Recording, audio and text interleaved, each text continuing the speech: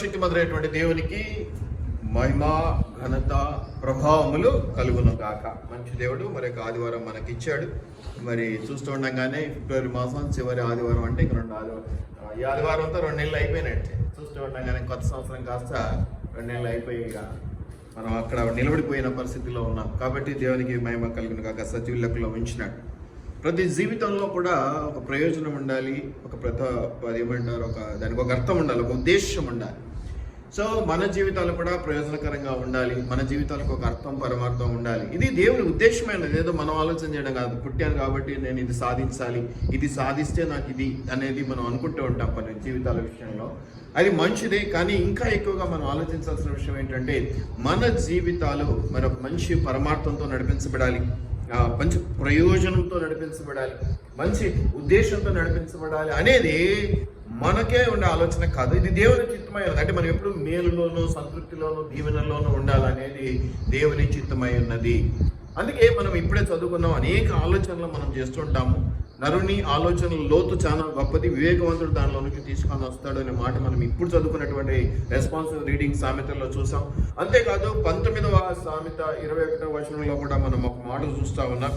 నరుని హృదయంలో ఆలోచనలు అనేకములుగా పుట్టును, తుదకు యెహోవా యొక్క తీర్మానమే స్థిరము అంటాడు. కాబట్టి మనము మన జీవితాల విషయంలో, మన పనుల విషయంలో, మన భవిష్యత్తు విషయంలో ఎన్నో ప్రణాళికలు కలిగి ఉంటాం, ఎన్నో ఉద్దేశాలు కలిగి ఉంటాం. ఇలా ఉంటే మనకు ప్రయోజనకరము, మన జీవితం బాగుంటుంది, ఇలా వెళ్తే ఈ ఉద్యోగానికి వెళ్తే బాగుంటుంది, ఈ పనికి వెళ్తే బాగుంటుంది, ఇలాగా అనేక ప్లాన్స్, ఆలోచనలు, ఉద్దేశాలు మనం కలిగి ఉంటాం. అవన్నీ కూడా సహజంగానే నష్టం అనేటివి ఎవరు ఆలోచన చేయరు. కాబట్టి ప్రయోజనకరమే. కాబట్టి ప్రయోజనకరమైనటువంటి ఆలోచనలు కలిగి ఉండడం తప్పు కాదు, కానీ తినకు అది దేవుని తీర్మానం అయితేనే స్థిరపరచబడుతుంది, దేవుని చిత్తమైతేనే స్థిరపరచబడుతుంది. నువ్వు ఎంతగా దేవుని చిత్తం నుంచి తొలగాలనుకున్నా తొలగలేవు. కాబట్టి అది నీకు ప్రయోజనము అగునట్లుగా దేవుని శుద్ధి లేదా దేవుని ఉద్దేశమై ఉన్నప్పుడు, దేవుని హృదయంలో ఆలోచన ఉన్నప్పుడు దాన్ని గ్రహించి దానిని చేపట్టి దాని ప్రకారం నడుచుకోవడం అనేది మంచిది అనేది మనం అనేక చోట్ల దాన్ని చూస్తూ ఉంటాం. ఎందుకంటే దేవుని చిత్తం చొప్పున ఒక ఆజ్ఞ, ఒక అనుమతి మనకి ఇవ్వబడ్డప్పుడు దానిని చూసి దానిని అనుసరించి నడుచుకోవటం అంటే వాక్యానుసారంగా నడుచుకోవటం. టూకీగా చెప్పాలంటే వాక్యానుసారంగా దేవుని చిత్త ప్రకారం నడుచుకోవటం మనకు దీవెన. ప్రభు అని పిలిచేవాడు ప్రతివాడు పరలోక రాజ్యంలో ప్రవేశించలేడు, కానీ నా తండ్రి చిత్త ప్రకారం చేయవాడే పరలోక రాజ్యంలో ప్రవేశించగలడు.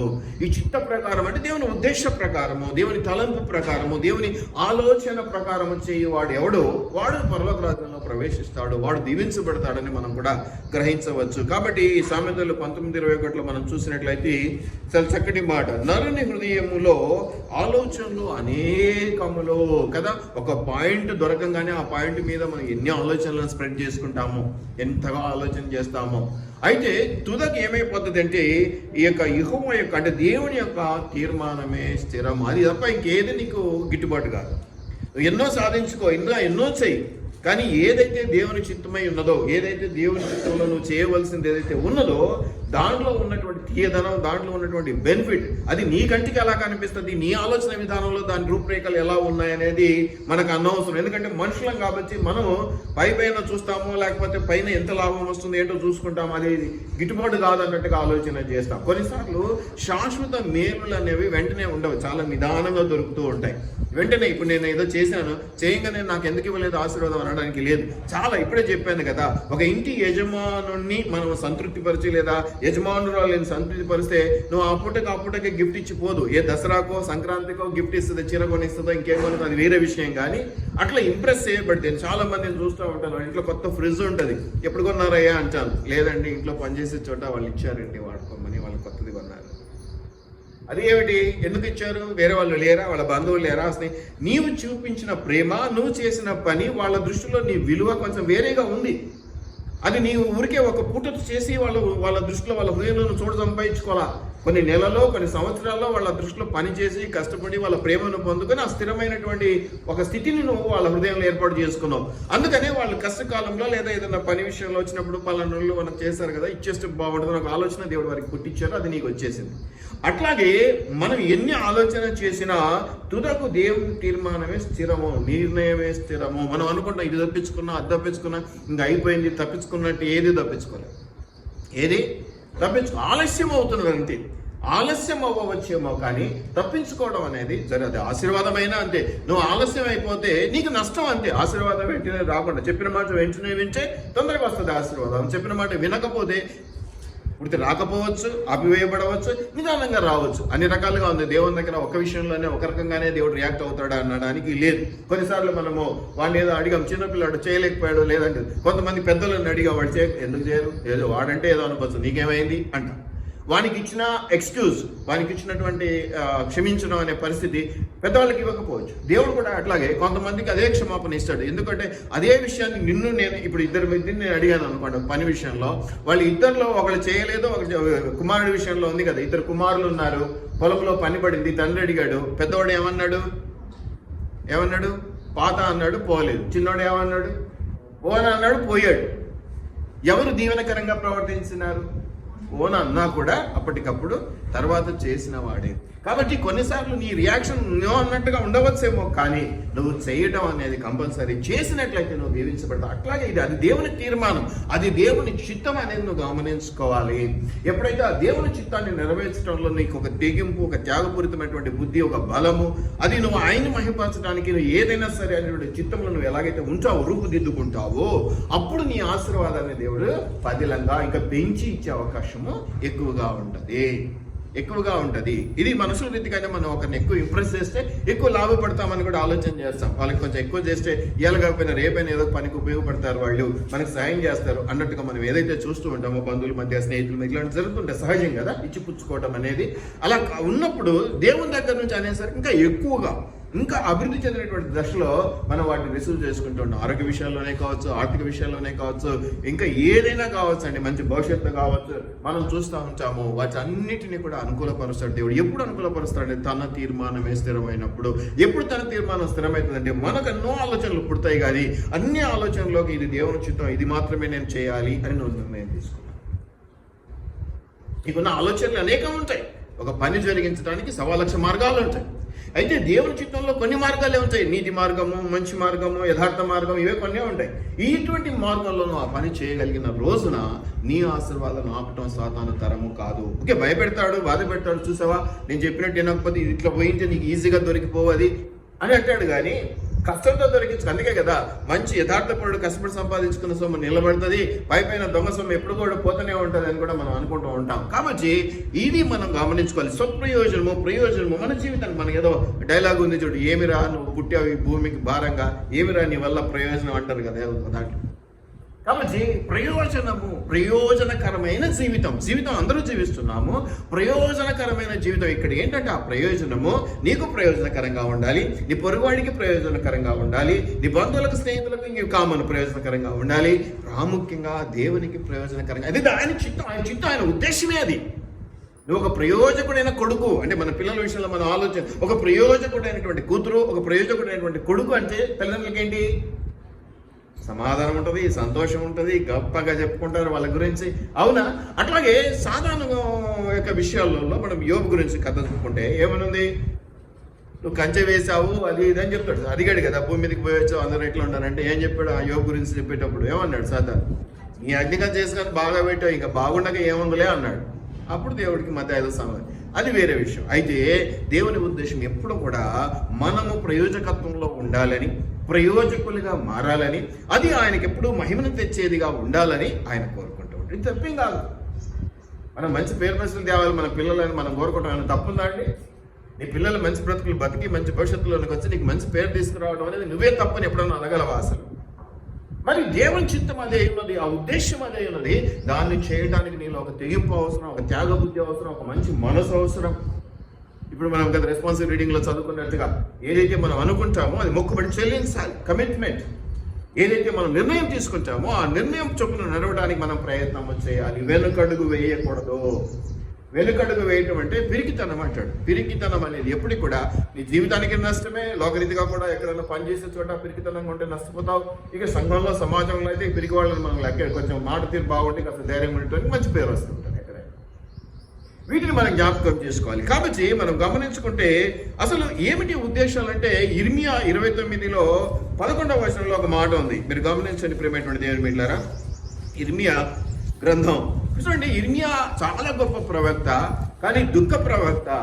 ఎక్కువగా ఆయన చేసినటువంటి దైవ విషయాల్లో చూస్తే చాలా మంచి పేరు ప్రతిష్ట. మీరు గమనిస్తే ఎక్కువగా రక్షణ విషయాలు కాకుండా దుఃఖం దుఃఖం దుఃఖం, వాడు చేసాడు వీడికి చేసాడు, ఏడ్చి ఏడ్చి ప్రార్థన చేసాడు. మీరు గమనిస్తే నేను ఒక విషయం చెప్తాను మీకు. దానియేలు గొప్పవాడు. దానియేలు గ్రంథం చాలా చిన్నది, 12 అధ్యాయాల్లో మనం ఎంత చక్కగా ఉంది కదా. అసలు దానియేలు అంత ఆత్మీయంగా బలపడి దేవుని బిడ్డగా ఉండటాన్ని నేను అనుకుంటాను ఆయన చదివింది ఏంటో తెలుసా? ఇర్మియా గ్రంథం. ఆయన ఇర్మియా గ్రంథాన్ని చదివి అంత పగడ్బందీ పవర్ఫుల్ ఆత్మీయ స్థితిలోకి వచ్చాడు. కొన్నిసార్లు మనం అనుకుంటాం ఇది ఏమీ పనికిరాదు, ఇది దుఃఖంతో.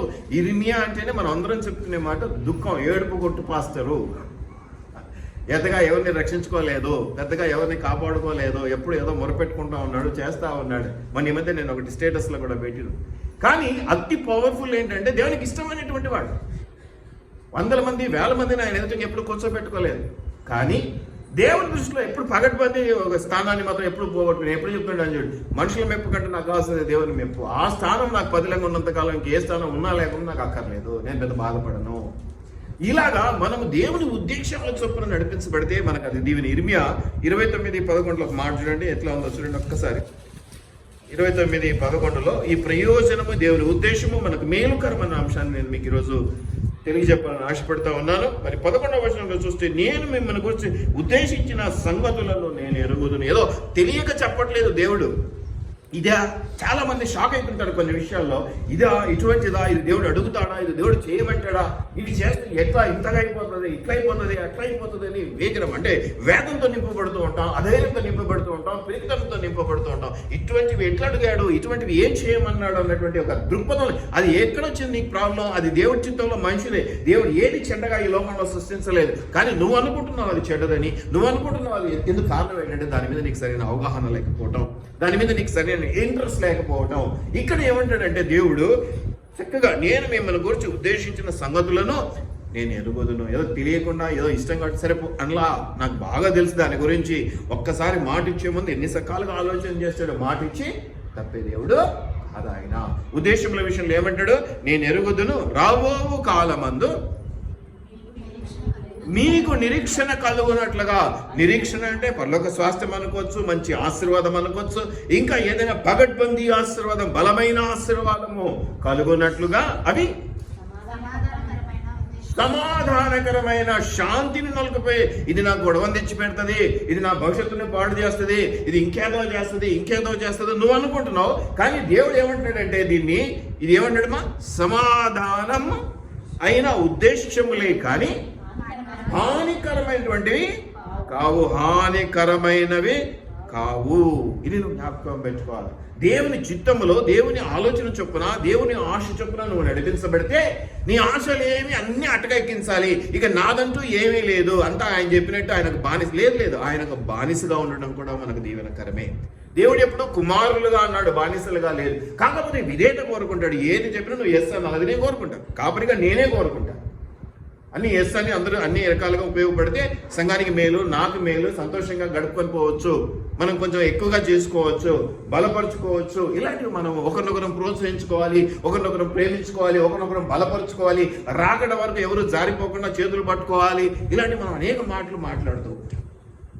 కానీ దేవుని చిత్తంలో అనేక ఉద్దేశాలు ఉన్నాయి. వాటిల్లో నువ్వు ప్రయోజకుడిగా, నువ్వు మేలైన వాడిగా, ఒక బలమైన సాక్షిగా, ఉన్నత స్థానాల్లో నువ్వు ఉండటం దేవునికి ఇష్టము, అది దేవుని ఉద్దేశము. నువ్వు కొన్ని విషయాలు వెనకడుగు వేస్తున్నావు, అవి నీకు హానికరం అనుకుంటున్నావు. కానీ ఇక్కడ చక్కటి మాట, నేను మిమ్మల్ని గురించి ఉద్దేశించిన సంగతులను నేను ఎరుగుదును, రాబో కాలమందు మీకు నిరీక్షణ కలుగున్నట్లుగా. అవి సమాధానకరమైన ఉద్దేశములే కానీ అవి మంచిని చేసేటువంటివే, నీకు చెడుగా అనిపించినవి మంచిని చేసేటువంటి కానీ ఏమంటాడు? హానికరమైనవి కావు. ఇది యెహోవా వాక్కు అంటాడు. ఇది యెహోవా వాక్కు అని చెప్పడాన్ని మనం ఇక్కడ చూస్తున్నాం. ఇది అన్ని కూడా ఎట్లుంటుందంటే అండి, ఇప్పుడు ఒక ఇల్లు కట్టేవాడు, ఇల్లు అంటే పాత రోజుల్లో పెద్ద ఇదేం కాదు, కానీ అప్పుడైనా కూడా ఎప్పుడైనా ఫస్ట్ ఏమిటండి, ఇల్లు కట్టాలనుకున్నాను నాదు ఇంకా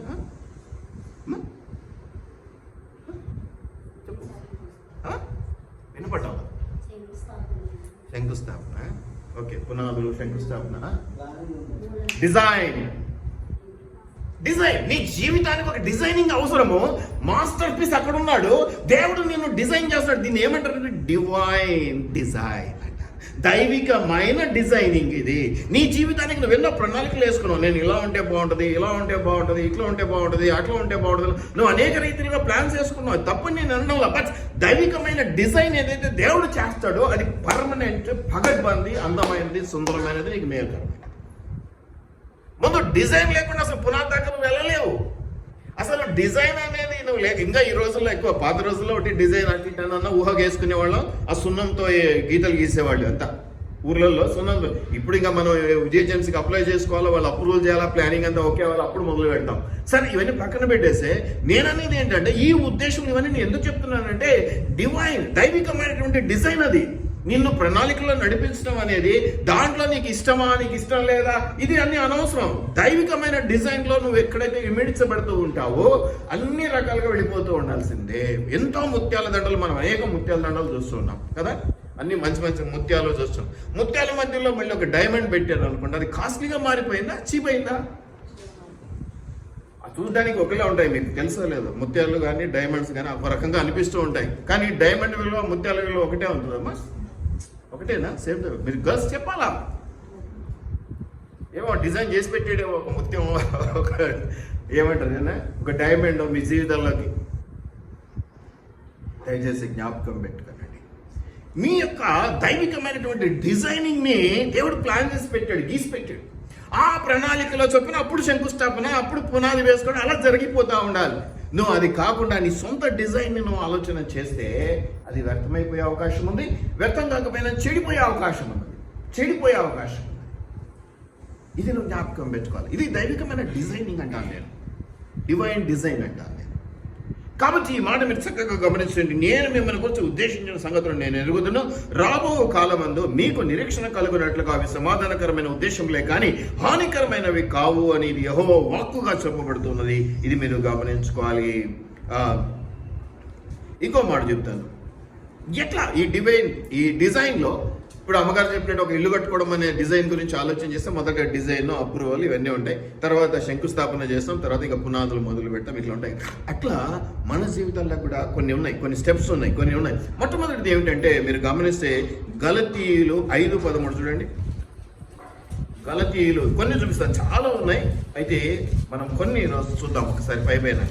గలతీయులకు రాసినటువంటి పత్రిక 5వ అధ్యాయం 13వ వచనంలో చూసినట్లయితే, సహోదరులారా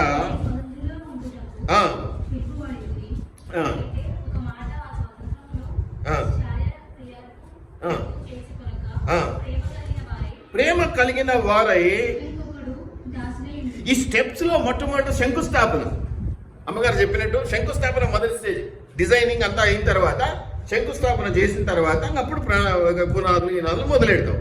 ఈ శంకుస్థాపన అంటే మొట్టమొదటిగా నువ్వు చేయాల్సింది ఏంటి అంటే, నీ జీవితం ప్రయోజనకరంగా మార్చబడాలి, దేవుని చిత్త ప్రకారం మార్చబడాలి. అంటే ప్రయోజనకరమైనటువంటి జీవితంలో నువ్వు భవిష్యత్తుకు మంచి మంచి ఈవులను పొందుకోవాలి, ఆశీర్వాదాలను పొందుకోవాలంటే మొట్టమొదటి ఏమిటి అనేది అంటే, మీకు స్వతంత్రం ఇవ్వబడింది. మీరు ఏమనుకుంటున్నారంటే ఇక అన్ని దేవుడు చెప్పినట్టు చేయాలి, ఇక నాది ఏమున్నది, ఇంత బానిస బతుకు అనవచ్చు.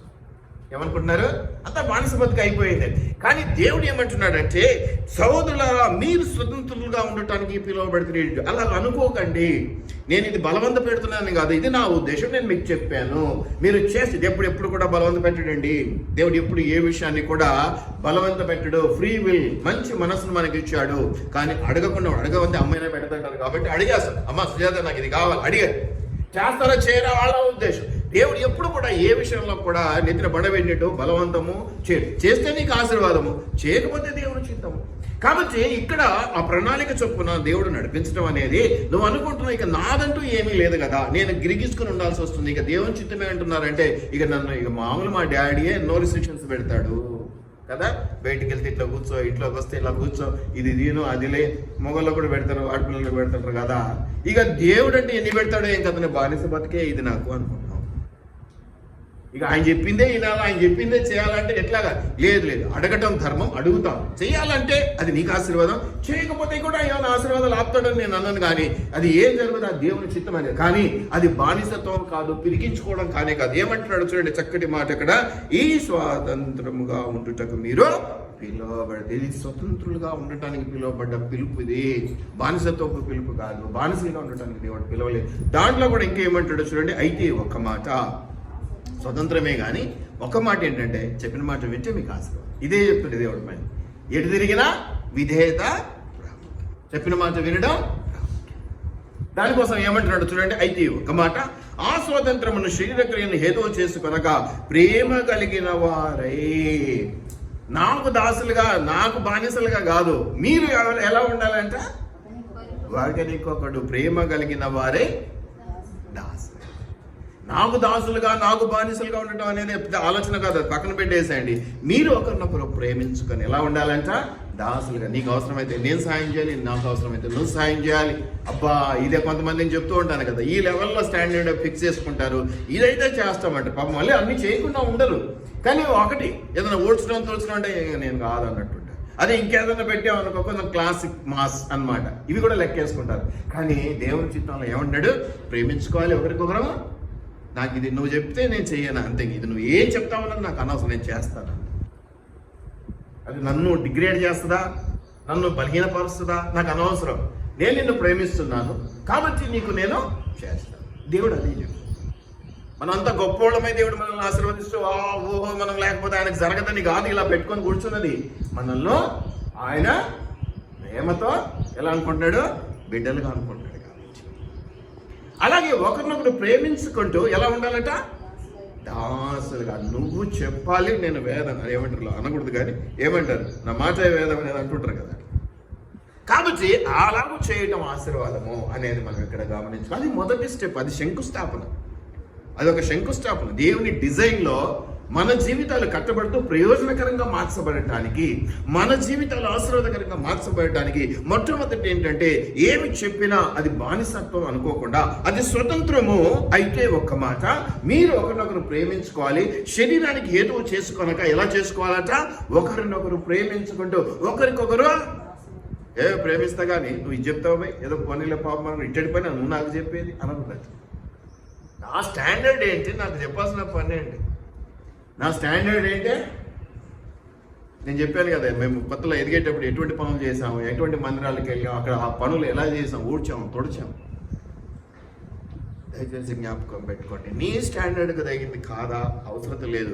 నువ్వు ఇంకా తగ్గించుకోవడానికి నీకు అంతకంటే తక్కువది ఇచ్చిండొచ్చు. నేను ఇంకా పరీక్షించడానికి, ఇంకా నువ్వు ఏదో ప్రాణంగా ప్రేమించదు. బిడ్డలు కదా, మనం బొమ్మలు ఇస్తే ఆ బొమ్మలు మళ్ళీ ఇమ్మంటే ఏమంటారు? నిమిషంలోనే ఇది నాది, నేను ఎందుకు ఇస్తా అంట. అటువంటివి కూడా అడుగుతాడు దేవుడు. మనం అమూల్యంగా చూసుకునేటివి అనకూడదు. కానీ ఒక దైవ సేవకుడు చిన్న సాక్షి చెప్పాడు, చాలా పెద్ద దైవ సేవకుడు, తన కుమార్తెను అమితంగా ప్రేమించేటువంటి వాడు. ఇక ఏ పనికి వెళ్ళినా తనే, ఏ ప్రార్థనకి వెళ్ళినా తనే. ఎంతగా ప్రేమించేవాడంటే ఒక్కొక్కసారి ఆమెనే హైలైట్ చేయడం జరుగుతూ ఉండేది. మీకు తెలుసు ఆయన పేరేందో కదా, చెన్నైలో ఉంటాడు. చాలా చాలా సంస్థలు ఉన్నాయి ఇక్కడ కూడా. ఆయన సాక్ష్యం ఏంటి తెలుసా? కార్ యాక్సిడెంట్లో అమ్మాయి ఎంత దుఃఖపడ్డారంటే ఆయన సాక్ష్యం ఒకటే, దేవుని కంటే అతిగా నేను ప్రేమించాను కాబట్టి దేవుడు నా దగ్గర. తర్వాత కోడలు తెచ్చుకున్నారు. ఆ కోడల పేరు కూడా అదే సేమ్ పేరు, బిడ్డ పేరే ఉంది. ఈ విధంగా కొన్ని జరుగుతూ ఉంటాయి. కాబట్టి మనకు తగిన స్టాండర్డ్, మనకి ఇష్టమైన స్టాండర్డ్లో ఆలోచన చేయకండి. అది ముఖ్యంగా బయట డిగ్నిటీ నిలుపుకోవాలని ఏమన్నా కొన్ని దేవుని దగ్గర పనికిరాదు. ఇప్పుడు సంఘంలో విశ్వాసుల దగ్గర పనికిరాదు, దేవుని బిడ్డల దగ్గర పనికిరాదు. కొన్ని చోట్ల కొన్ని విషయాలు, ఇప్పుడు ఆఫీసులకు పోయాను, నేను ఒక ఆఫీసర్ని, నేను అటెండర్ పని చేయలేదు. నాకు చేయడం సాధ్యమైన, ఎందుకంటే నేను అదొక స్టాండర్డ్ మెయింటైన్ చేయాలి కాబట్టి. చేయకూడదని కాదు, చేయలేక కాదు, కానీ నేను ఒక స్టాండర్డ్ మెయింటైన్ చేయాలి కాబట్టి. అన్న బ్యాంకు దగ్గర ఏదో పని చేస్తా ఉన్నాను, క్యాషియర్ పని చేయమంటే చేస్తారా? చేయడానికి రాదా? వచ్చు, చేయగలడేమో, కానీ చేయకూడదు. అంటే దానికి తగినవి కాదు. అది వేరు, ఇది వేరు. ఇది నువ్వు జ్ఞాపకం పెట్టుకోవాలి. ఇది నాకు స్టాండర్డ్కి తగినది కాదు, ఇది నాకు చేస్తే చాలా ఇబ్బంది. ఎప్పుడైతే ఏ విషయంలో అయితే నువ్వు అలాగ వెనకడుగు వేస్తావో, నువ్వు ఖచ్చితంగా దీవెనలు నీ చేతులతో నువ్వే ఆపుకుంటూ ఉన్నావు. నీ చేతులతో నువ్వే నీ దీవెనలు ఆపుకుంటున్నావు. నీ జీవితం ప్రయోజనకరంగా మార్చబడాలని, అసలు నిన్ను సృష్టించిందే ప్రయోజకుడు అని. నువ్వు ఒక ప్రయోజకురాలివి, ప్రయోజకుడు అని తండ్రి అయిన దేవుడు నిన్ను సృష్టించుకున్నాడు. నువ్వు అప్రయోజకుడిగా మార్చబడకుండా ఉండాలంటే ఆయన చిత్తం చొప్పున నడిపించబడాలి. ఆయన డిజైనింగ్ లోకి నువ్వు వెళ్ళాలి. ఆయన డిజైనింగ్ చొప్పున నువ్వు కన్స్ట్రక్షన్ మొదలు పెట్టుకోవాలి, నీ జీవితాన్ని కట్టుకోవాలి. అలా కట్టుకున్నప్పుడు నువ్వు దీవించబడతావు. ఎలా కట్టుకోవాలి అంటే ఆయన చిత్తం చొప్పున. ఎన్నో పరీక్షలు వస్తాయి, ఏమిటండి అసలు వీళ్ళ కథలు చదువుతూ ఉంటే ఎన్ని ఆటంకాలండి మందిరం కట్టడానికి. ఎటువంటి ఆటంకాలు వచ్చినాయి?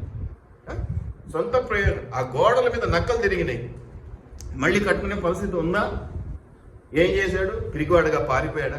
ఎక్కడ పని చేసేటోడు ఎలా వచ్చాడు, ఎలా చేశాడు? మందిరాన్ని నిర్మించాడా లేదా? ఎట్లా నిర్మించాడు? ఒక చేతితో అమ్మా, ఒక చేతితో తాపి, గొడ కట్టడానికి తాపి ఒక చేతితో పట్టుకున్నాడు, కత్తి ఒక చేతితో పట్టుకున్నాడు. ఎవరైనా వస్తున్నారు ఆటంకపరుస్తారు, ఎంత ప్రయాసపడ్డాడు దేవుని పని కొరకు. సులువైందైతే చేస్తాను, కష్టమైందైతే నేను చేయను అనుకుంటే ఇక్కడ నెహెమ్యా గ్రంథం ఉండేది కాదు. పరిశుద్ధ బైబిల్లో నెహెమ్యా గ్రంథం ఉండేది కాదు, ఎజ్రా గ్రంథం ఉండేది కాదు. ఎంతో శ్రమలకు వచ్చినారు, ఎంతో ఇదిగా దేవుని ప్రణాళికలో వాడబడ్డారు. దేవుని డిజైన్లో మంచి ముత్యాలుగా వీళ్ళు వాడబడ్డారు. మన జీవితాలు కూడా అంటే ప్రయోజనకరంగా మార్చబడ్డాక అసలు డిజైనింగే అది పాడు చేసుకున్నాం అంతే. ఇక్కడ సమస్య ఏంటంటే దేవుడు తప్పుగా డిజైన్ చేయాల, మనకు మంచిగానే డిజైన్ చేసినాడు, కానీ మనమే పాడు చేసుకున్నాం. అందుకనే దేవుడు అంటున్నాడు, లేదు అలా కాదు, ఇలాగా ఉండాలి, మీరు ఇలా ఉండాలి, ఇలాగ నా చిత్తాన్ని నెరవేర్చాలి. ఏది అని ఆలోచించకుండా ఎప్పుడైతే దేవుని కొరకు అని నువ్వు త్యాగపూరితంగా ముందుకు వస్తావో అప్పుడు నువ్వు దీవించబడతావు. సంఘంలో కానీ, సమాజంలో కానీ, బయట కానీ, ఎక్కడైనా ఆ బలం నీకు వచ్చేస్తుంది. అలా లేని రోజున నువ్వు దీవించబడవు. నువ్వు ఆలస్యం చేయవచ్చు, ఏమీ సమాధానం ఇవ్వక. చాలా మంది ఏం చేస్తామంటే కట్టిన గుడ్డు పాము తాగకూడదు అంటే ఏం చేస్తాం? చాలా మంది, నేను మన ఒక స్టేటస్ కూడా పెట్టాను, నువ్వు ఎన్ని భాషలు, ఈరోజే పెట్టాను, నువ్వు ఎన్ని భాషలతో మాట్లాడినా గొప్ప విషయమే, కానీ నువ్వు ఎక్కడ ఎన్ని భాషలు వచ్చినా నువ్వు మౌనంగా ఉండవలసిన చోట మౌనంగా ఉంటేనే నువ్వు గొప్పవాడి. అంతేనా? కొన్ని చోట్ల మౌనమే సమాధానం అన్నిటిగా. ఇది చాలా చోట్ల వాడుతూ ఉంటారు. వెంటనే సమాధానం ఇవ్వకపోతే ఇదే నానబెట్టి మర్చిపోతారులే. దేవుడు ఎప్పుడు మనిషిని మర్చిపోయి. నేను ఒకటి అడిగాను, అన్నను పవన్ని, ఎందుకులే చేయడం అనుకున్నాడు. ఒక 10 సంవత్సరాల వరకు గ్యాప్ ఇచ్చాడు అనుకోండి. ఏం చేస్తాం మనం? నేను మర్చిపోవడానికి అవకాశం ఉంది, ఎందుకంటే మనిషిని దేవుడు మర్చిపోతాడు. చాలా మంది నాన్పుడు వ్యవహారం చేస్తూ ఉంటారు, దానివల్ల వాళ్ళకే నష్టం తప్ప దేవునికి నష్టం లేదు, అడిగిన వాళ్ళకి అంతే నష్టం లేదు. అడిగిన వాళ్ళు ఒకవేళ ఆ పని ఇంపార్టెంట్ అయితే పవన్ కాకపోతే ఇంకొకటి అనుకుంటాడు. లేదు ఇంకా అది అలా లేదనుకోండి, పవనే చేయాల్సింది. సరే ఇంకా పవన్ వల్ల నష్టం అయిందని వదిలేద్దాం. పవన్ చేయట్లేదు కాబట్టి పవన్ చేయడం వదిలేద్దాం. ఇంకెవరినో అడిగాము, వాళ్ళు చేయట్లేదు కాబట్టి వదిలేద్దాం. ఈ నష్టాన్ని పూడ్చడం మళ్ళీ దేవుని పని. దేవుడు నష్టపరిచిన వాడిని ఏం చేస్తాడు అనేది మనకు తెలియదు. కాబట్టి ఆయన డిజైన్లో ప్రయోజకులుగా మార్చబడవలసినటువంటి మనం ఏం చేయాలి?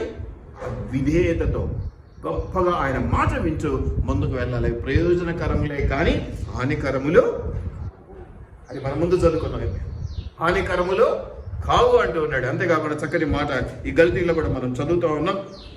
స్వతంత్రము ప్రేమ కలిగిన వారై ఒకరికొకడు దాసులయ్యుండుడి. ఇది క్రైస్తవ జీవితంలో మొట్టమొదటిగా మనం నేర్చుకోవాలి. స్వార్థము, స్వనీతి, స్వప్రయోజనము వీటిని పక్కన పెట్టేస్తాం. దేవుని కొరకు, దేవుని చేత, దేవుని మాట వింటూ ముందు కొనసాగుతుంటాం. మనం 60 ఏళ్ళు వచ్చినాయా, 70 ఏళ్ళు వచ్చినాయని దేవుడు చూడడు.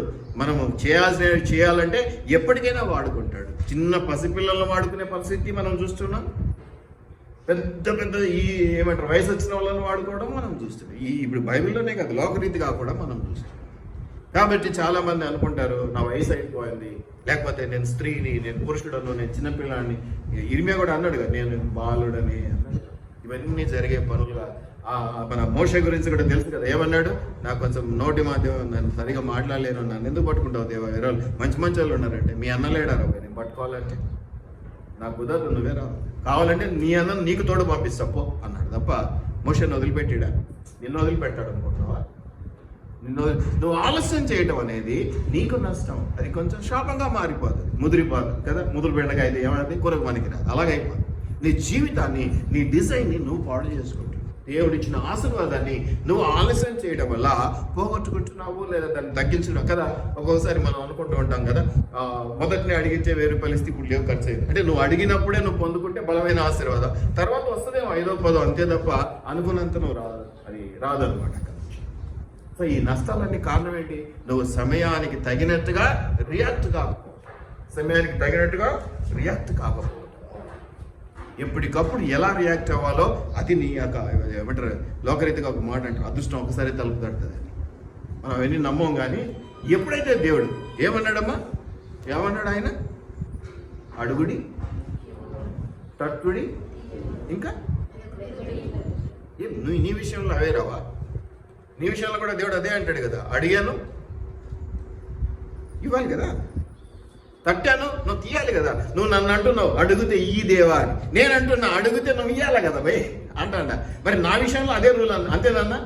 దేవుని విషయంలో అదే రూల్. నేను అడిగితే దేవుడు ఇవ్వాలి, నేను తడితే దేవుడు తీయాలి, ఇంకా నేను వెదిగితే దేవుడు ఎదొకటి దొరికించాలి.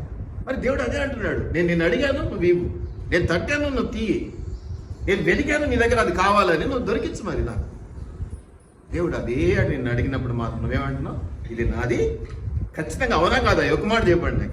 దేవుని ఇవే మాటలు అడుగుడి ఇవ్వబడును, ప్రార్థనలో అంతా జ్ఞాపకం. మరి అదే మాట రివర్స్లో ఒక్కసారి ఆలోచన చేయండి. నీ విషయంలో దేవుడు అదే అంటున్నాడు, నేను అడుగుతున్నాను నువ్వు చేయట్లేదు, ఆలస్యం చేస్తావు, సమయం పోగొట్టు. నేను తడుతూ ఉన్నాను తల తీయట్లేదు, నేను వెతుకుతున్నాను నీ దగ్గర నాకు ఏమైనా దొరుకుతుందా అని. ఏమి అంజురపు చెట్టు దగ్గర పోయినాడు లాస్ట్లో. మనం ఇప్పుడు నెక్స్ట్ 2 డేస్లో కూడా జ్ఞాపకం చేసుకుంటాం. ఆకలిగా ఉన్నాడు, అంజురపు దగ్గర వెతికాడు, ఆకులు తప్ప. ఒకవేళ అదే సిచ్యువేషన్ నీ దగ్గర కూడా ఎదురైతే ఆ చెట్టు కలిగిన ఆ పరిస్థితి నీకు వస్తే ఏం చేయాలి? ఈ చెట్టుకి ఏం కలిగింది అమ్మా? ఒక్క మాటతోనే ఎండిపోయింది, మాడిపోయింది. ఆశీర్వాదాలన్నీ కోల్పోయి ఎండిన జీవితం, 3 వారిన జీవితం, ఎండిన జీవితం, ఇలాంటి మాటలు మంచిది కాదు జీవితాలకి. చిగురించిన జీవితాలు, పచ్చడి జీవితాలు అనేటివి ఆశీర్వాదం. ఎండిన జీవితము, 3 వారిన జీవితం అని ఎవరి గురించి అంటాం? నష్టపోయిన వాళ్ళ గురించి, సరిగా జీవితం బాగాలేని వాళ్ళ గురించి మాట్లాడే మాటలు, ఉపయోగించే పదాలు అవి మనకొద్దు. అవి ఎందుకు మనకు? దేవుడు ప్రయోజనకరంగా ఉండడానికే కదా మనల్ని పెట్టుకున్నాడు. మనం ఎప్పుడు పచ్చగా ఉండాలని, ప్రయోజకులుగా ఉండాలని, దీవెనకరంగా ఉండాలని. ఎలా ఉండాలి? ఇదిగో ప్రేమించుకొని, సహకరించుకొని, ఒకరికొకరు దాసులు అంటే నో అంటారమ్మా ఎవరన్నా? ఒక దాసుడు ఉన్నాడు మన దగ్గర, నో అంటాడా అంటే మనం ఒప్పుకుంటాము. నేను నీకు దాసుని, నువ్వు నాకు దాసుడవు, మన ఇద్దరం అలాగా సహకరించుకుంటాం, ముందుకు వెళ్ళాలి. అది దేవుని చిత్తం. నో అనుకోవడానికి కాదు. ఒకవేళ నీ దగ్గర పనిచేసేటోడే సహకరించకపోయినా, నో చెప్పినా, అవిధేయత చూపించినా, నీ ఫీలింగ్స్ ఎలా ఉంటాయి? ఒక యజమానిగా ఆలోచన చేసి చెప్పండి. మరి నిన్ను సృష్టించినటువంటి దేవుని ఫీలింగ్స్ నేను ఎందుకు అర్థం చేసుకోలేకపోతున్నాను? ఇది నువ్వు జ్ఞాపకం పెట్టుకోవాలి. నీ జీవితం ప్రయోజనకరంగా ఉండాలని దేవుడు ఏర్పాటు చేశాడు. నువ్వు అందరిలోకి శ్రేష్టం. మన అందరినీ అన్ని అడగలేము. చాలా క్లోజ్ అనుకోండి, పవన్ క్లోజ్ అనుకుంటే పవన్కి తగినది ఏదన్నాడు, ఇంకొకటి అంటే ఇంకోటి ఏమన్నాడు. అందరికీ అన్నీ తీసుకెళ్ళి అన్ని ముందు పెట్టి మనం అందరిని అడిగి ఎక్కడైతే ఏముందిలే పని జరిగితే చాలు అనేటివి కొంతమందికి పడవు.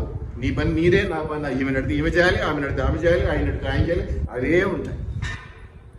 పని జరిగితే చాలు అనుకుంటే ఇంకా అది ఎక్కడి నుంచైనా సంపాదించుకోవచ్చు. అలా సంపాదించుకోలేము, అన్ని పనులకు అది వీలు కాదు. కాబట్టి దేవుడు ఎవరికి ఏది అప్పగిస్తాడో ఆ పని గురించినటువంటి ఆలోచన వారితోనే జరిగించుకునే ప్రయత్నం చేస్తాడు. దయచేసి జ్ఞాపకం పెట్టుకోండి, దేవుని పనిని ఆటంకపరిచిన వారిగా భావించుకోండి.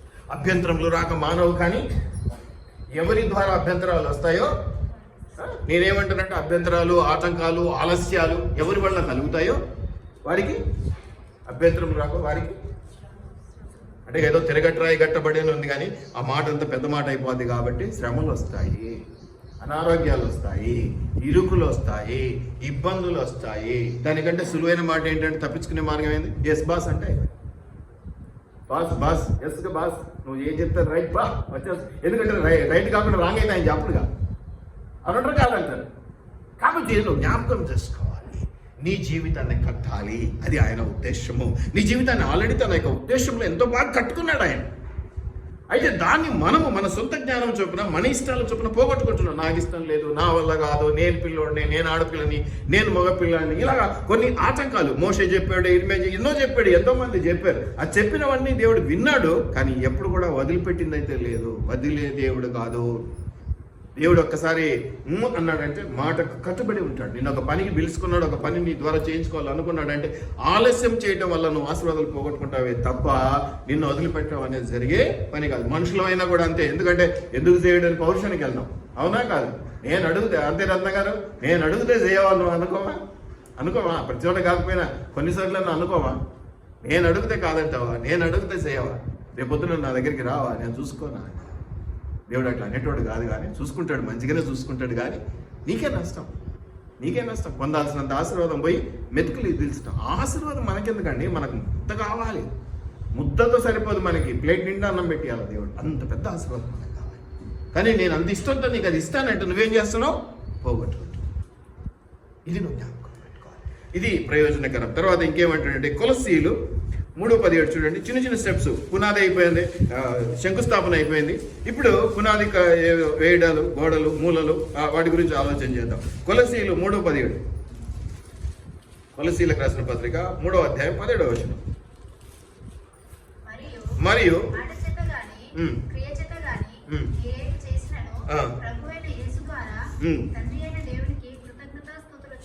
సో మీ జీవితాలు డివైన్ డిజైన్ చేయబడి ఉన్నాయి, దైవిక రూపకల్పనలో ఉన్నాయి. అందువల్ల మొట్టమొదటిగా మీరు ఒక శంకుస్థాపన చేయాలి. మీరు ఒక ఇల్లు కట్టుకుంటున్నారు అనుకుంటే, మీ జీవితం అని ఇల్లు కట్టుకుంటున్నారంటే ఆ శంకుస్థాపన ఏమిటంటే ఒకరికొకరికి దాసులు ప్రేమపూర్వకంగా సహకరించుకోవాలి. ఇక రెండవ మాట ఏమిటంటే దేవునికి కృతజ్ఞత చూపించేవారుగా ఉండాలి. 3:17 కొలసీలు 3:17 ఎంత చక్కటి మాట అంటే, రెండవ స్టెప్ పునాదులు తీయడం ఇల్లు కట్టుకోవడానికి కదా. మొదట ప్లానింగ్ అంటే దేవుని దగ్గర నుంచి వచ్చింది ప్లానింగ్ అని చెప్తున్నాను. శంకుస్థాపన అంటే మొదట సహోదరత్వం కలిగి ఒకరినొకరు ప్రేమించుకునేది, అది శంకుస్థాపన అంటూ ఉన్నాను. ఇప్పుడు పునాదులు వేసుకోవడం. ఈ పునాదులు ఏమిటయ్యా అంటే ప్రతి విషయంలోనూ కూడా దేవునికి కృతజ్ఞతలు తెలియచేయటం. నాకు మేలు జరిగితే, కొంతమందిని మనం వెర్రి వాళ్ళు అనుకుంటాం కానీ పరీక్షలు పాస్ అయ్యి అనేటోళ్ళను చూసాను. నేను కొత్తగా ఒకసారి జరిగిందని చెప్తున్నాను కదా. ఒకసారి ఒక కృతజ్ఞతా కూడికి ఏర్పాటు చేసుకున్నాను. ఆ కృతజ్ఞతా కూడికి ఏర్పాటు చేసుకుంటే నేను వెళ్ళాక అప్పుడు తెలియకపోయినా కృతజ్ఞత అంటే చిన్న మెసేజ్ సిద్ధపడతాం, వెళ్తాం. తర్వాత ఏంటమ్మా దేని గురించి ఈ కుటుంబ ప్రార్థన అంటాం కదా. మా వాడు 10th ఫెయిల్ అయ్యాడండి అందుకని. అంటే నువ్వు పాస్ అయితే థ్యాంక్స్ గివింగ్ ప్రేయర్ పెట్టుకుంటావు కానీ ఫెయిల్ అయితే పెట్టుకోవడం అనేది నీకు ఇష్టం లేదు. ఎందుకంటే అది నెగటివిటీ అని నువ్వు అనుకుంటున్నావు. అది వాళ్ళు ఏమంటున్నారంటే అది కూడా దేవుని చిత్తమే, ఊరికే కాదు, అది జరిగినది దేవుని చిత్తంలో కాబట్టి అది జరిగింది నాకు అంటున్నాడు. నాకు నష్టం జరిగింది, చాలా కష్టంగా ఉంది. నేను అనుకున్నాను ప్రభా నేను తప్పు చేశానా, లేదా ఏదన్నా నేను చాలా ఇగోకపోయినానా ఇవి అనుకుంటే అది దేవుని చిత్తం. ఎప్పుడైతే దేవుని చిత్తం అది అని తెలిసినప్పుడు నాకు బాధ పోయింది. అప్పటి వరకు వేదన పడ్డా, దుఃఖపడ్డా, కన్నీరు గార్చిన అంతా బాగైంది. కానీ ఆ బాధ, ఆ వేదన, ఆ దుఃఖం కూడా దేవుని చిత్తంలో నాకు కలగవలసిన భాగమే అని తెలిసినప్పుడు నాకు ఇంకా వేదన లేదు, దుఃఖం లేదు. ఇది కూడా నేను భరించవలసినది. దేవుని చిత్తమైనది నేను తప్పించుకోలేను. దేవుని చిత్తమైన దాన్ని నేను తప్పించుకోలేను. కానీ నాకు అది సంతోషం కాదు, అది దుఃఖము, వేదన, బాధ. కానీ అది దేవుని చిత్తమైనది కాబట్టి నేను ఐ హ్యావ్ టు బేర్, నేను భరించాల్సింది. కాబట్టి లాభం అయితేనే భరిస్తాను అంటే ఎప్పుడు అది పని జరగదు. నష్టానికి కూడా నువ్వు నిలబడినప్పుడే వ్యాపారం స్థిరపడుతుంది. ఏ వ్యాపారంలో కూడా మొదటి లాభాలు రావు. నష్టం వచ్చినా కొంచెం గట్టిగా నిలబడి కానిద్దాం అంటే ఎక్కడో చోట టర్న్ అయిపోతుంది. ఎక్కడో చోట నువ్వు పనే మొదలు పెట్టకపోతే ఎక్కడి నుంచి నీకు ఆశీర్వాదాలు వస్తాయి? ఎక్కడ టర్న్ అప్ అవుతావు నువ్వు? ఆలస్యం చేయడం వల్ల ఏమైనా పని తప్పిపోతుందా? కాదు. కాబట్టి నీ జీవితం అనేటువంటి ఒక ప్రయోజనకరమైన కట్టడాన్ని గురించి ఈరోజు నేను మాట్లాడుతున్నాను. The purpose of your life. నీవు దైవికమైన డిజైన్లో చేయబడ్డటువంటి బిడ్డవు. నీ జీవితం అలాగా డిజైన్ చేసి పెట్టాడు దేవుడు. అయితే దానికి తగినట్టుగా తన ప్రణాళికలు ఏవైతే ఉన్నాయో అవి నీతో పంచుకుంటూ ఉన్నాడు. దానికి తగినట్టుగా నువ్వు కూడా మెల్లమెల్లగా వెళ్ళాలి అనేది దేవుని చిత్తమై ఉన్నది. నాకు వద్దు అని నువ్వు అనుకున్న రోజున నువ్వు దేవుని నుంచి దూరపరచబడుతున్నావు, కాపురి నుంచి దూరపరచబడుతున్నావు, సంఘం నుంచి దూరపరచబడు. అందరం ఇక్కడే ఉంటాం, కలిసే ఉంటాం, మాట్లాడుకుంటూ ఉంటాం. కానీ నేను ఒకటి చెప్పాను చూడు, ఆ సమూయేలును ఆ యొక్క స్త్రీ ఏదో జరిగింది కదా. సమూయేలు బయటకు వచ్చాడు సౌలు విషయంలో. అప్పుడు సమూయేలు పోయిన ఆదివారం మనం మాట్లాడుకునేటువంటి అంశం. అప్పుడు సమూయేలు ఏమన్నాడు? ఎందుకు పిలిచినావు నువ్వు నన్ను? ఏ పని ఉంది? నువ్వు దేవునికి దూరంగా జరిగినావు, ఇక నేను వచ్చి ఇంకేం చేస్తాను అన్నాడు. నువ్వు దేవునికి దగ్గరగా ఉన్నప్పుడు కాపరి ఇంకా ఎక్కువగా ఉపయోగపడతాడు నీకు. నువ్వు దేవునికి దూరంగా జరిగిన తర్వాత కాపరి నీకు ఎంత పొరపెట్టుకున్నా దేవుడు, నాకే దూరంగా ఉన్నారు వాళ్ళు, నా మాట వినటం లేదు, ఇక నేను నీ మాట విని నేను వాళ్ళకి ఏం చేయాలా? ఇబ్బంది వచ్చినట్టేనా అన్నాడా లేదా సమయాలు? నేనేం చేస్తాను అన్నాడు. నువ్వు దేవునికి దూరంగా జరిగిపోయావు, ఇక నేనేం చేస్తాను? నువ్వు అనుకుంటున్నావు ఆలస్యం చేస్తే ఏదేదో జరిగిపోద్ది, తప్పించుకోవచ్చు. ఏం తప్పించుకోలేదు. లోకరీతిగా ఒక మాట ఉంది, ఏమంటారంటే తలరాతను తప్పించుకోలేడు. లోకంలో ఈ మాట ఉందా లేదా? తలరాతను తప్పించుకోడు. తలరాతను అనే దాన్ని నువ్వు తప్పించుకోలేకపోతే ఇక దేవుని చిత్తాన్ని నువ్వేం తప్పించుకుంటావు? ఊకే ఆలస్యం చేయడం వల్ల ఏమైపోద్ది? నీ సుఖం, నీ సంతోషం, నీ దీవెన నువ్వు ఆల్మోసాలు పక్కన జరిపెట్టేస్తా ఉన్నావు. అప్పటికప్పుడు ఊపు మీద అయితే చాలా మస్తుకి ఇచ్చేటోడు కదా, ఊపు మీద. 10 రోజుల తర్వాత పోయేసరికి ఏమైపోద్ది? వేడి మీద ఉన్నప్పుడే దెబ్బలు పడితే సరిపోతుంది. ఏమంటారు దాన్ని? ఇనుము మన అనుకున్న రూపులోకి రావాలంటే బాగా కాలుస్తారు. కాల్చిన తర్వాత మళ్ళీ చల్లగా అయినాక శుద్ధి తీసుకుని కొడతారు. అవునా?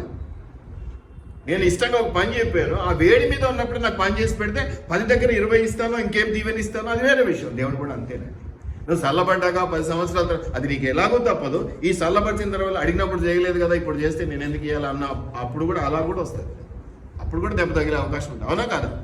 నువ్వు అంతే చేస్తావా, లేకపోతే ఇది నువ్వు అడిగావు నేను చేయలేదు, ఏ సంవత్సరం తర్వాత ఉషక్క నువ్వు ఆ రోజు అడిగించు కదా, మా ఫోన్ అయినా దొంగలు పడ్డ 6 నెలలు అని ఏదో సామెత ఉంది, అది గుర్తు చేస్తాం. వెంటనే చేస్తే వెంటనే రియాక్ట్ అవుతే ఆశీర్వాదం. సంవత్సరం తర్వాత వేరే వాళ్ళు ఎవరైనా చేయలేదా, ఇంకా కాలేదా, సరేనైతే అని నువ్వు ఎంతో ఏడుపు కుటుంబంతో ఒప్పుకున్నంత మాత్రాన దీవెన రాదు. సంతోషంగా చేయాలి, సమాధానంతో చేయాలి, దేవుని కొరకంటూ చేయాలి. ఇది 2వ స్టెప్ అనేది నేను మీకు జ్ఞాపకం చేస్తున్నాను. కొలసీలు 3:17 ఏమనుందో చూడండి. మీరు మరియు మాట చేత కానీ క్రియ చేత కానీ మీరు ఏమి చేసినాను మాటతో చేయి, క్రియ చేయి, అది ప్రభువుకు మహిమకరం. దేవునికి థ్యాంక్స్ చెప్పు. నువ్వు నష్టపోతున్నావు, పాస్ అవ్వలేదు, ఫెయిల్ అయ్యావు, దేవునికి థ్యాంక్స్ చెప్పు. భయ్ నాకు మనసు రావట్లేదండి అంటావా, అది నీ ఇష్టం. అంటే ఫెయిల్ అవ్వటం దేవుని చిత్తం కాదని అనుకుంటున్నారా? బాధపడడం దేవుని చిత్తం కాదు. కొన్నిసార్లు నలగొట్టి విరగొట్టి నలిపి నుజ్జు చేస్తాడు దేవుడు, పిండి ఆరేస్తాడు. దేవుని చిత్తం అనుకోవాలి. అనుకోని రోజు చాలా బాధపడతాం, ఏం చేసాము, ఎందుకు ఇటు వచ్చిందో, ఎందుకు ఈ బాధ నాకు అని అనుకుంటూ ఉంటాం కదా. బేరాలు దొరికిన రోజు ఎంత సంతోషమో, బేరాలు దొరకని రోజు కూడా దేవునికి థ్యాంక్స్ చెప్పడం అనేది చాలా అవసరము. అలా చేయని రోజున నీ ఆశీర్వాదాలు నువ్వు చేయాల్సిందే, తప్పదు. ఆలస్యం చేసినా నీకు నష్టమే, తగినంత ఆశీర్వాదం మళ్ళీ పొందుకోలేదు. ఎప్పుడు కావాలో ఆ వేడి మీద ఉన్నప్పుడు నువ్వు చేసి పెడితే ఆ సంతోషం వల్ల దేవుడు ఒక యజమాని ఎంత ఇవ్వాలో అంతకంటే 10 ఎక్కువ ఇచ్చే అవకాశం. ఆశీర్వాదం, డబ్బులని కాదు నేను అనేది, కానీ ఆశీర్వాదం.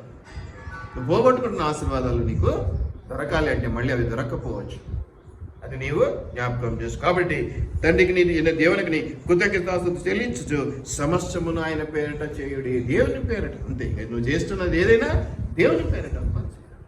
ఎప్పుడైతే అలా చేస్తావో అది నీకు దీవెన అనేది నేను ఒక స్టెప్గా నీకు చూపిస్తా ఉన్నాను. ఇక 3వ మాట విషయానికి వస్తే మత్తయి 22:37-39 త్వరగా. మత్తయి 22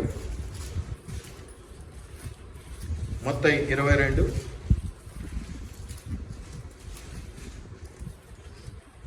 38, 39 వచనాలు.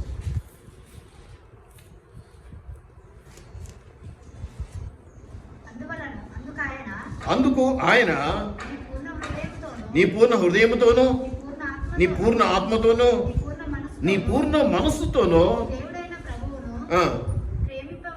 మొదట ఏ గురించి మాట్లాడుతున్నాడండి? ఆజ్ఞను పాటించడం అనేది మంచిది, కానీ మొట్టమొదటి నువ్వు చేయాల్సింది ఏంటి?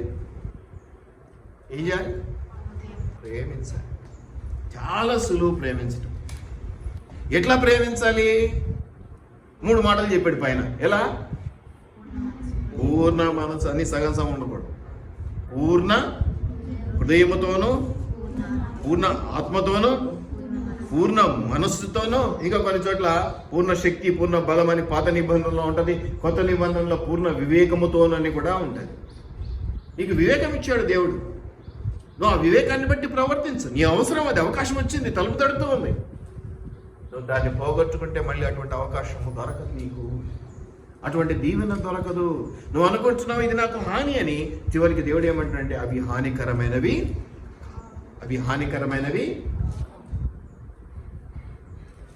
కాబట్టి మన జీవితాలు ప్రయోజనకరంగా ఉండటానికి వీలుగా దేవుని చిత్తంలో ఉన్న ప్రణాళిక చొప్పున కట్టుకుంటూ రావాలి. ఈ కట్టుకుంటూ రావటం అనేది చాలా కష్టమే కాదనను కదా. మేస్త్రి కట్టించిన ఇల్లు బాగానే ఉంటుంది, కానీ యజమానిగా తన దగ్గర ఉండి కట్టించుకున్న ఇల్లు ఎట్లా బాగుంటుంది? బాగుంటుందా? మనం సొంతంగా ఇంకా బాగా కట్టుకుంటామా? ఇంకా శ్రేష్టంగా మంచిగా సిమెంట్ కరెక్ట్ కలిపి కదా. చిన్న ఉదాహరణ, నువ్వు కట్టుకుంటావేమో నీ జీవితాన్ని, కానీ అది మేస్త్రి కట్టించినాయి. అదే దేవుడి చిత్తం ప్రకారం నాకు కట్టుకున్న ఇల్లు అయితే ఎట్లుంటుంది నారాజు అన్న చెప్పు. శ్రేష్టంగా మంచిగా తగినట్టుగా ప్లాన్ గీసి ఇవి గీసి ఇంకా చేసి కదా, అది శ్రేష్టంగా ఉంటుందా లేదా? ఇంతే తేడా. నువ్వు కట్టుకున్నా ఇల్లే తప్పేం కాదు, కానీ చూడు ఎప్పుడు పెచ్చులు ఊడిపోతాయి ఏమంటారు? అవేదో చెప్తుంటారు, గవర్నమెంట్ కట్టించినట్టు పెచ్చులు ఊడిపోతారు, మీద పడతా, అవి ఇల్లా అంటారు మళ్ళీ తర్వాత. అట్లా అనుకోవద్దు నీ జీవితం గురించి. ఎవడు అవకాశం ఇచ్చినప్పుడు తన చిత్తంలో నువ్వు పెద్ద ఎత్తున ఉండాలి. మనం ఇష్టపడ్డామంటే ఊరికే ఇష్టపడాలి, వాళ్ళని ఉన్నతంగా చూడాలి, వాళ్ళకి ఉన్నతమైన సహాయాలు చేయాలి, వాళ్ళని భవిష్యత్తులో మంచి చోట నిలబెట్టుకోవాలి. ఇలా ఆలోచనలతోనే వాళ్ళతో మనం ఉంటాం. అవి పోగొట్టుకుంటే నీకు అటువంటి అందించడానికి మళ్ళీ ఇంకొకరు దొరకకపోవచ్చు. దేవుడు దొరికినంత ఈజీగా మనుషులు దొరకరుగా.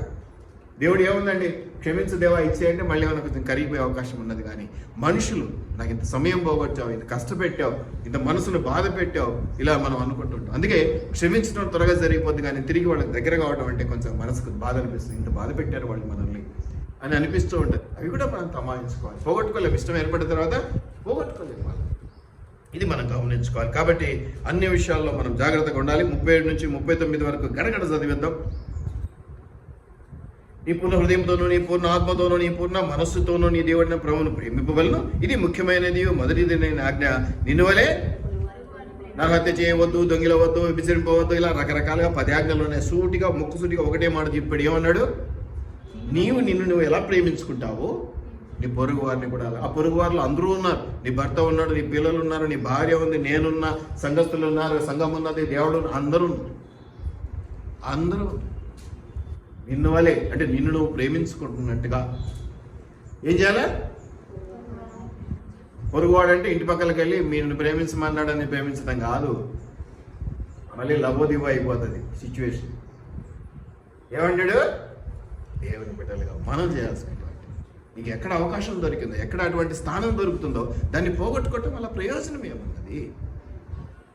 దాన్ని పోగొట్టుకోవాలి. ఇప్పుడు ఎవరో లోకరీతిగా ఒక మాట అంటారు. ఏమని అంటారంటే, మనం ప్రేమించే వాళ్ళను చేసుకోవడం కంటే మనల్ని ప్రేమించే వాళ్ళకి దగ్గర కావడం అవసరం. ఎందుకంటే వాళ్ళు మనల్ని ఇష్టపడుతున్నారు, మనల్ని ప్రేమిస్తున్నారు కాబట్టి ఏ పనికైనా, ఏ అవసరానికైనా ప్రాణం పెట్టడానికి వాళ్ళు సిద్ధపడి ఉంటారు. నేను ఇష్టపడుతున్నాను కొంతమందిని అంటే వాళ్ళను ప్రేమలో ఎలాగ అనుకుంటున్నానంటే, ఓకే వాళ్ళకి ఈ అవసరం పడితే నాకు కాదు అని చెప్పడం చేత కాదు. ఎందుకంటే అలాగ నిర్ణయించబడి ఉంది, చేత కాదమ్మా ఎట్లా అని అనలేదు, ఏదో ఒక రీతిగా చేయడానికి ముందు. కాబట్టి వీటిని జ్ఞాపకం పెట్టుకోవాలి మనం అందరం కూడా. చాలా చక్కటి మాట. ఇది మనకు తెలిసిన ఆజ్ఞలే కాబట్టి దీని గురించి మనం ఎక్కువగా లోతుగా వెళ్లాల్సిన అవసరం లేదు. మొదటిది ఏమో ఒకరికొకరి దాసులై ప్రేమపూర్వకంగా ఉండాలి. రెండవది ఏంటంటే మనం దేవుని కృతజ్ఞతాస్తుతులు చెల్లించాలి, సమస్తం ఆయన పేరిట చేయాలి. మూడవది ఏంటంటే దేవుని ప్రేమించాలి, పొరుగువాడిని ప్రేమించాలి. నాలుగవది ఏంటంటే యోహాను సువార్త 4:23-24. యోహాను సువార్త 4:23-24 వచనాలు. యోహాను సువార్త 4:23-24 వచనం. దేవుడు ఆత్మ గనుక ఆయనను ఆరాధించువారు. ఇప్పుడు నువ్వు ఆరాధన చేస్తున్నావు, ఒకసారి నేను జ్ఞాపకం చేసుకో. నువ్వు ఆత్మతో చేస్తున్నావా? ఆత్మతోనూ సత్యముతోనూ యథార్థంగా చేస్తున్నావా? దేవుని ఆరాధించే బిడ్డలుగా మనం ఉండాలి, దేవుని గౌరవించే బిడ్డలుగా మనం ఉండాలి. నువ్వు చెప్తే నేనెందుకు చేస్తానడమే కాదు, అసలు ఏమి చెప్పినా నేను సిద్ధం ప్రభు అనేవాళ్ళు. అది కాపరి కానీ, సంఘము కానీ, దేవుని కొరకు కానీ సిద్ధము అన్న వాళ్ళని దేవుడు వాడుకుంటాడు. నేను సిద్ధము అని ఎవరైతే మొదట చేతుతారు, ఎవరైనా కాంపిటీషన్స్ గురించి దాని గురించి స్కూళ్ళలో అడిగినప్పుడు ఏమంటారు? ఇష్టపడ్డ వాళ్ళు చేతులు ఎత్తండి అంటారు. ఎవరు ముందుగా చేతులు ఎత్తుతారు, ఎవరు ముందుగా మేము సిద్ధమని తెలియచేస్తారు వాళ్ళను దేవుడు వాడుకుంటాడు. నీకు ఇంకా అది నష్టంగా కనిపించవచ్చు, కానీ దేవుడు దాన్ని తెగింపుగా, త్యాగంగా లెక్కేస్తాడు. ఇంత త్యాగము చేసి, ఇంత తెగింపుగా నా కోసం వచ్చి ఇంత పెద్ద పని, తను మొయ్యలేని పని నాకు చేస్తున్నారు కాబట్టి వాళ్ళను ఎలాంటి ఆశీర్వాదాలతో నింపాలని అనుకుంటాడు. మనుషులమైతే ఏమంటాం? 100 రూపాయలు పని చేయించుకొని 10 రూపాయలు ఇచ్చి వదిలించుకుందాం అనుకుంటాం. దేవుడు ఏం చేస్తాడు? నీకు 100 చాలా బరువు అని నాకు తెలుసు, కానీ నువ్వేమంటున్నావు? 100 కాదు సార్, నువ్వు ఇంకా చెప్తే నేను 200 పని అయినా చేస్తాను. అటువంటిప్పుడు నేనేం చేస్తాను? ఇంత త్యాగం చేస్తున్నారు, ఇంత బలంగా వాళ్ళు పనిచేస్తున్నారు కాబట్టి నేను అంతకంటే ఏదైనా ఇచ్చి పంపించాలి, అది దీవెనండి. మరి నేను మనిషిని ఆలోచన చేస్తాను, దేవుడు ఎట్లా ఆలోచన చేస్తాడు? తన నామం నా గ్లాస్ చల్లటి మంచినీళ్ళు ఇస్తే కూడా దాన్ని లెక్క కట్టాలన్న దేవుడు నీ ఆశీర్వాదాలను ఆపుతాడా, తగ్గిస్తాడా, కుదించి తర్వాత లేటుకి ఇస్తాపు అంటాడు. నువ్వు ఆలస్యం చేసుకోకూడదు, నువ్వు రియాక్ట్ కాకుండా కదా. కొద్ది రోజులు మాట్లాడకుండా ఉంటే చాలు కదా. ఈ రోజుల్లో మనకు బాగా అలవాటైన పరిస్థితి ఏంటి? నా రోజు వెంటనే నెంబర్ బ్లాక్ చేసేస్తా కదా, వెంటనే నంబర్ బ్లాక్ చేసేయడం. దయచేసి జ్ఞాపకం పెట్టుకోండి, దేవుని బ్లాక్ చేయటం అనేది అయ్యే పని కాదు. దేవుని ఆశీర్వాదాలను బ్లాక్ చేయటం నీ చేతన అయితే నువ్వే చేసుకుంటున్నావు, కానీ మనుషులను బ్లాక్ చేయగలవు, నీ ఆశీర్వాదాలను బ్లాక్ చేయగలవు, దేవుని చిత్తాన్ని మాత్రం బ్లాక్ చేయగలవు. దేవుని చిత్తాన్ని మాత్రం బ్లాక్ చేయగలవు, ఆశీర్వాదాలను బ్లాక్ చేయగలవు. మళ్ళీ దేవుడిచ్చే ఆశీర్వాదాలు నీ నోటగా నువ్వేగా వద్దని చెప్తున్నట్టే కదా, ఇండైరెక్ట్గా కాబట్టి దయచేసి జ్ఞాపకం పెట్టుకోండి, మీ జీవితాల్లో ప్రయోజనకరంగా కట్టబడాలని దేవుని ఉద్దేశమై ఉన్నది అనేది నేను జ్ఞాపకం చేస్తూ ఉన్నా. ఎంత చక్కటి మాట ఉన్నది ఒకసారి మీరు ఆత్మతోనూ ఆరాధించేవారు ఆత్మతోనూ. ఎందుకు మనం ప్రధానికి సెలక్షన్ అంటాము? ఎవరికైనా ఇస్తే ఎవడైనా చేయలేడా? చేస్తాడు. బల్ల ఉంది, బల్లకు ఒకరిని ప్రార్థించి అభిషేకించి ప్రత్యేకంగా ఒక పని అప్పగిస్తాం, అందరికీ చేయమని చెప్పలేదు. అట్లాగే ఆరాధించవాలి. ఎందుకంటే ఇలాగా ఇవి కావాలి మనకి. ఏమిటట? ఆత్మతోనూ సత్యముతోనూ ఆరాధించాలి. అందరికీ ఉండదు. నువ్వు నోటి మాటలతో చేస్తే అది నీకు ఆశీర్వాదం కాదు. ఎక్కడి నుంచి చేయాలి? దేవుడు ఏమంటాడు ఒకసారి జ్ఞాపించండి. దేవుడు ఆత్మ కనుక ఆయనను ఆరాధించువారు ఆత్మతోనూ ఆరాధించవాలేనో అంటూ ఉన్నాడు. దయచేసి జ్ఞాపకం పెట్టుకోండి ప్రియమైనటువంటి దేవుని బిడ్డలారా. 23వ వచనం కూడా చదవండి. అయితే యథార్థముగా ఆరాధించువారు ఆత్మతోనూ సత్యముతోనూ తండ్రిని ఆరాధించు కాలము వచ్చుచున్నది, అది ఇప్పుడు వచ్చి ఉన్నది. తన్ను ఆరాధించువారు అచ్చివారే కావాలని తండ్రి కోరుకొనుచున్నాడు. నువ్వు దీవించబడాలి, నీ జీవితం మంచిగా కట్టబడాలి, ప్రయోజనకరంగా కట్టబడాలంటే నీవు ఆత్మతోనూ సత్యముతోనూ ఆరాధించాలి. ఆయన ఎలా ఆరాధించాలి? ఆత్మతోనూ సత్యముతోనూ ఆరాధించాలి. అంతేకాకుండా దేవుడు తన చిత్తాన్ని మన పట్ల నెరవేర్చుకోవడానికి తగినట్లుగా మనల్ని సిద్ధపరుస్తాడు. ఇప్పుడు మనం ప్రయోజకులుగా ఉండాలనేది ఆయన ఒక ప్లాన్. ఈ ప్లాన్కి తగినట్లు నువ్వు లేవు. ఆయనైతే పుట్టించడం మంచిగానే పుట్టించాడు, మనం వక్ర బుద్ధితో కొంచెం చెడగొట్టుకున్నాం. ఇప్పుడు ఏం చేస్తాడు? మనం ఒకరోజు మనం కీర్తనలో సామెతలో ఒక మాట, పిల్లాడు చెడిపోతే ఏందో కోరవద్దు అంటాడు. ఏంది కోరవద్దు అనేది? పోయిన వారం చదువుకున్నాము, అటుపోయిన వారం చదువుకున్నాము. చావు. దేవుడు ఇప్పుడు నీ చావు వరకు నువ్వు అలా దుష్టుడిగా ఉండి చావడం దేవునికి ఇష్టం లేదు. అటువంటిది నిన్ను ప్రేమించి నువ్వు దుష్టుడిగానో క్రమం తప్పో చెడిపోతే నువ్వు చావాలని దేవుడు ఎందుకు కోరుకుంటాడు? నువ్వు ఇష్టం లేదన్నంత మాత్రం ఎందుకు నీ దగ్గరికి వస్తున్నాము? నా ప్రేమ గట్టిది కాబట్టి, నిన్ను పోగొట్టుకోవడం నాకు ఇష్టం లేదు కాబట్టి. నీ ప్రేమ పలుచనే కావచ్చు, నీ ప్రేమ అవసరానికి మేము తగినంతదే కావచ్చు, ఏదో అవసరం పడితే కాస్త ఉపయోగించుకుందామని మెయింటైన్ చేయడమే కావచ్చు. కానీ నా ప్రేమ అట్టిది కాదు, అంటే దేవుని ప్రేమ అట్టిది కాదు. ఏమంటాడు ఒకసారి చక్కగా గమనిస్తే, తన చిత్తము మన పట్ల నెరవేర్చబడటానికి తగినట్టుగా నువ్వు లేకపోతే మనం ఏం చేస్తాం? వాడు ఎన్ని ప్రయత్నాలు చేసినా వాడు బాగుపడలేదు.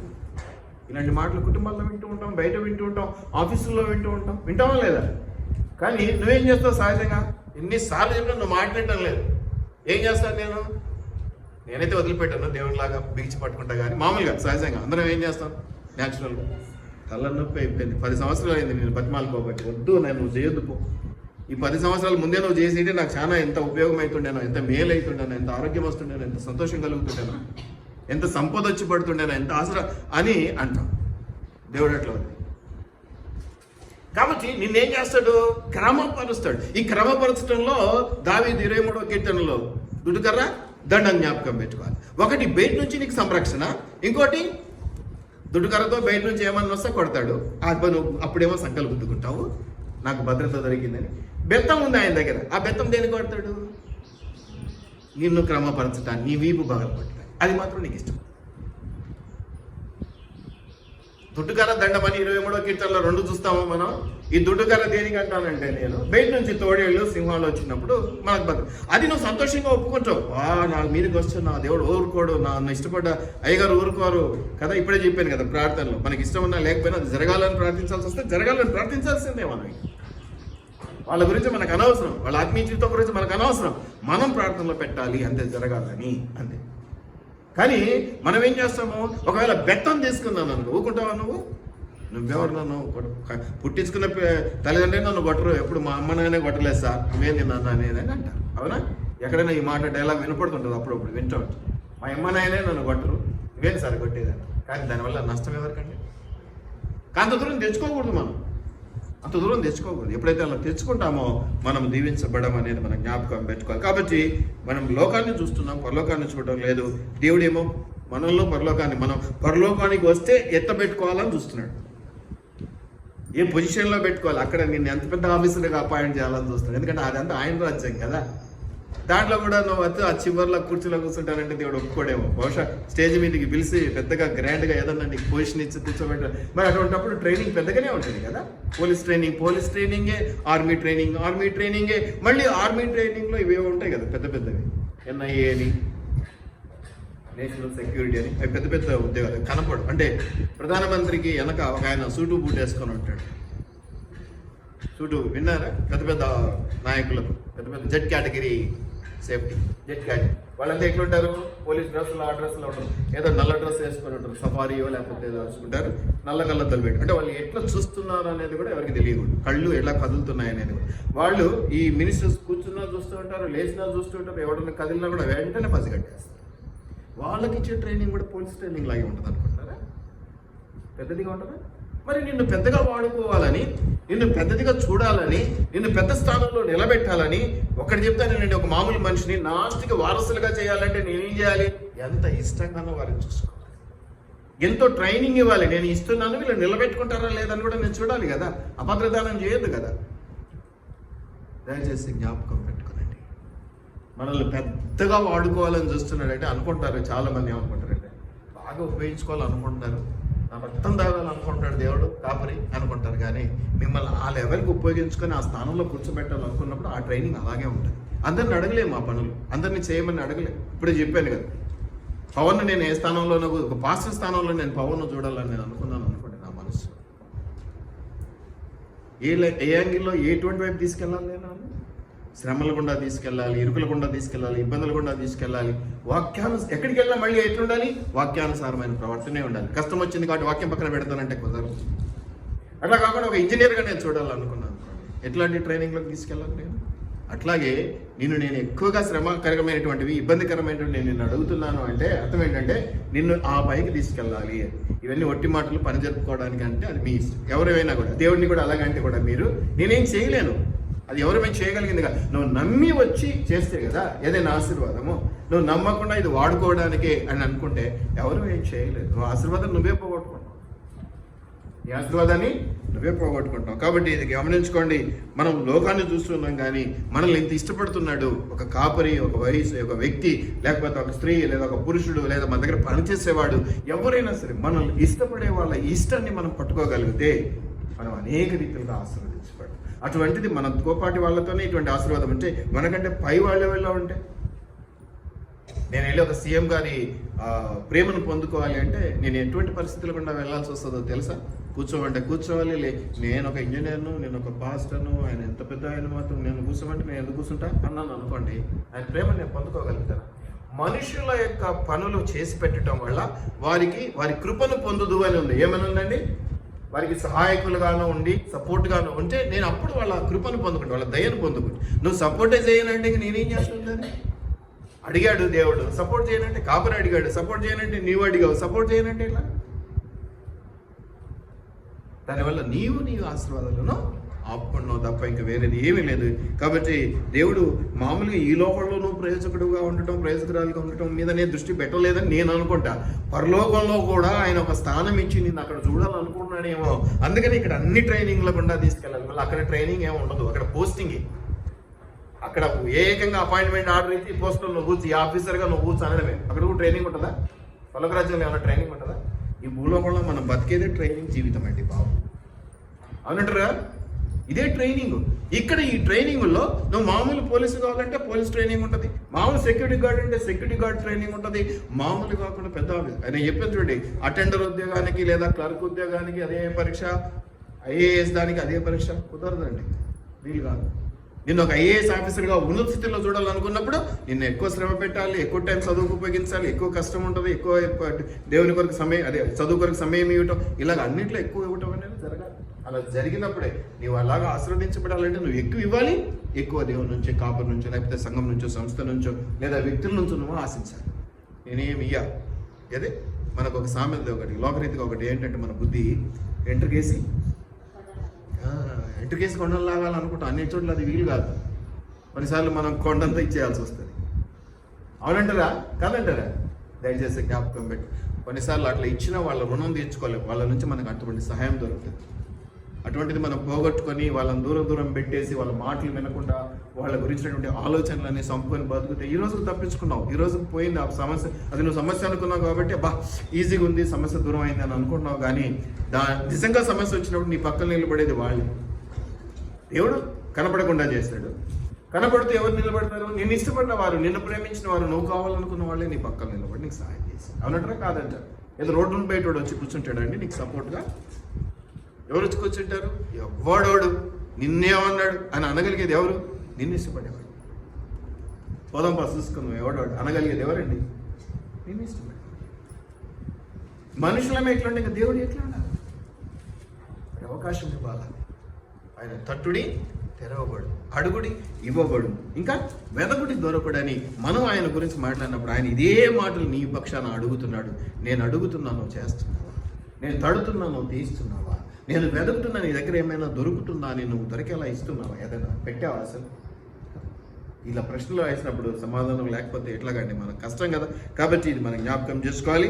ఇక చివరిగా ఒక మాట చెప్పి నేను ముగించేస్తాను, సమయం అయిపోతుంది కాబట్టి. ఫిలిప్పీలు 4:1లోను, తర్వాత కొరింథీయులు 2 కొరింథీ 3:18లోను, రోమా 8:29లోను, ఇర్మీయా 10:23లో కూడా మనం చూస్తూ ఉన్నాం. ఆనందిస్తూ ఉండాలి. ఫెయిల్ అయినా ఆనందించాలి, ఆయన దేవుడే. పాస్ అయినా ఆనందించాలి, ఆయన దేవుడే. నాకు లాభకరమైంది జరిగితేనే నేను ఆయన దేవుడు అని నమ్ముతాను, నాకు అప్పుడే సంతోషం. No no no. ప్రభువు ఎల్లప్పుడు ఏమనుందండి ఫిలిప్పీలో? ఆనందించడి, మరలా చెప్పుచున్నాను ఆనందించడి, మరలా చెప్పుచున్నాను ఆనందించడి. మేలు జరుగుతూనే కాదు, కీడు. యోబు విషయంలో డబల్ ఆశీర్వాదం రావడానికి ఉన్న మెయిన్ కారణం ఏంటంటే ఆ నష్టాన్ని నష్టంగా యోబు భావించలేదు. యోబుకు ఉన్నదంతా ఒక్క పూటలో పోయింది కదా. కింద ఎవరో సంచి కదా కింద కోసినట్టు మొత్తం వెళ్ళిపోయింది. పిల్లలు పోయినాయి, ఆస్తులు పోయినాయి, అన్నీ పోయినాయి. కష్టకాలం అంతా ఒక్క పూటలో వచ్చేసింది. ఏదో క్రమక్రమంగా ఒక్కొక్క మెట్టుగా రాలేదు యోబుకు. అయినా కూడా దేవుడి దగ్గర ఆయన నమ్మకస్తుడిగా నిలబడ్డాడు. నిలబడ్డం వల్ల ఏమైంది? రెండింతల ఆశ. అప్పుడు ఆనందించాడు.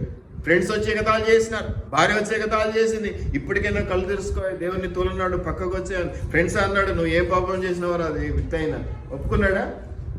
దేవుని దూరం చేసుకోవటం అనేది జరగలేదు. నువ్వు ఎప్పుడైతే దూరంగా జరిగి నాకు ఇష్టం లేదు, నా వల్ల కాదని నువ్వు అనుకుంటావో, నువ్వు వాళ్ళ నుంచి లేదా ఇంకెక్క నుంచి అయినా పొందుకునే ఆశీర్వాదాన్ని కూడా అలాగే పోగొట్టుకుంటావు.